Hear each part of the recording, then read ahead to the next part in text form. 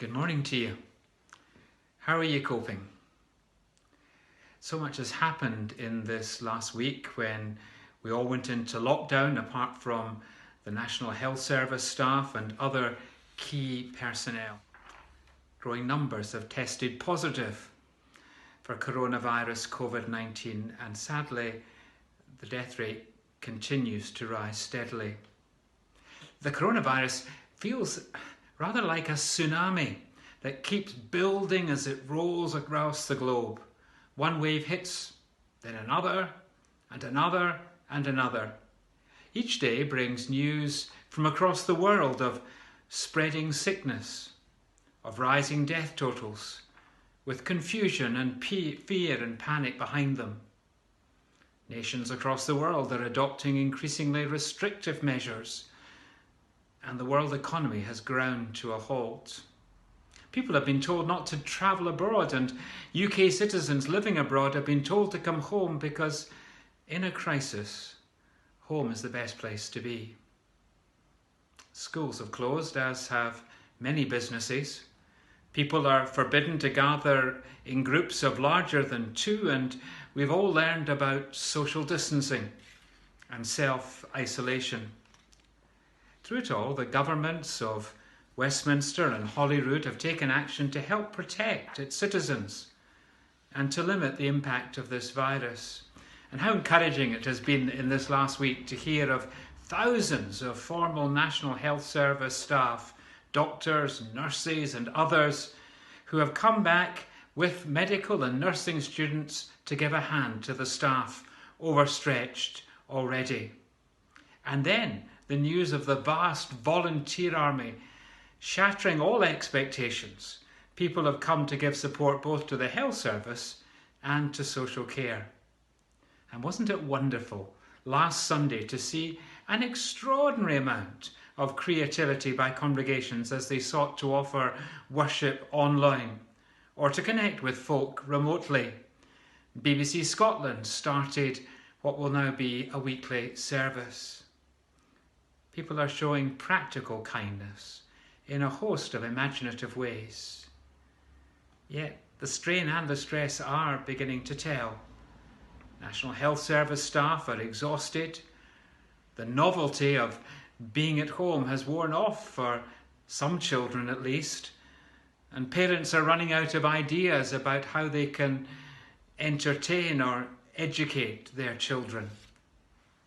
Some people are feeling very lonely and isolated, and they worry about what's going on inside their heads.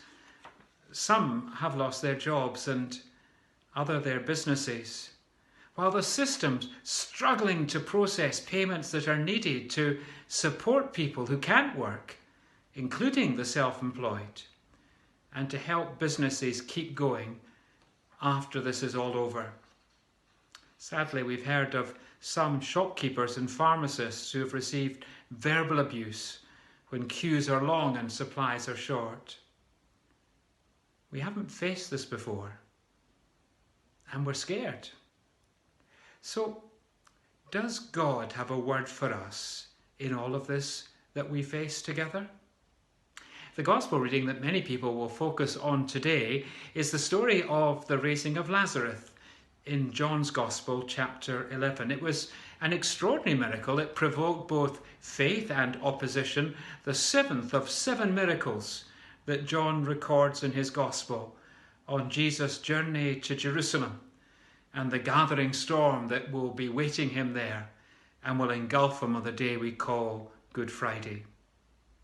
Today I just want to focus on 2 words from the middle of the story. They're well known because they are the answer to a popular quiz question. What is the shortest verse in the Bible? John 11:35, Jesus wept. When I read those 2 words years ago in the context of the story, my first reaction was surprise. Surely, if Jesus knew that in a few minutes he was about to see Lazarus being raised from the dead, why the tears just now? But now, years later, those words have become very precious to me, indeed a central feature of my faith. Isn't it wonderful that we don't have a God who sits above us all, watching us from a distant, remote vantage point? Rather, a God who broke all notions of social distancing, who came down to us in Jesus, who is willing to be vulnerable and share our human experience fully and understand our human emotions from the inside. And at the end, on the cross, he took on himself the virus of sin that spoils humankind, that we might be healed. The story behind the tears in this story is that Lazarus, the brother of Mary and Martha, two friends of Jesus, Lazarus had died. When he first took ill, his sister sent an urgent message to Jesus to come and heal him.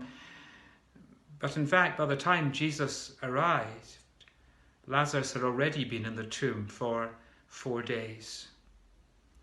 One look at them made it clear what they had gone through and how real was their pain at his passing. For women, especially in that day, the death of the last male relative would hit them very hard, and not just in terms of human grief. Jesus, their friend and ours, loves them all so much that he feels their grief, and his whole body is convulsed.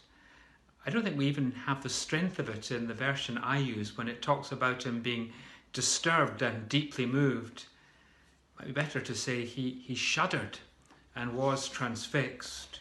This was a whole body experience. All of Jesus was involved, body, mind and spirit, by the intensity of the moment.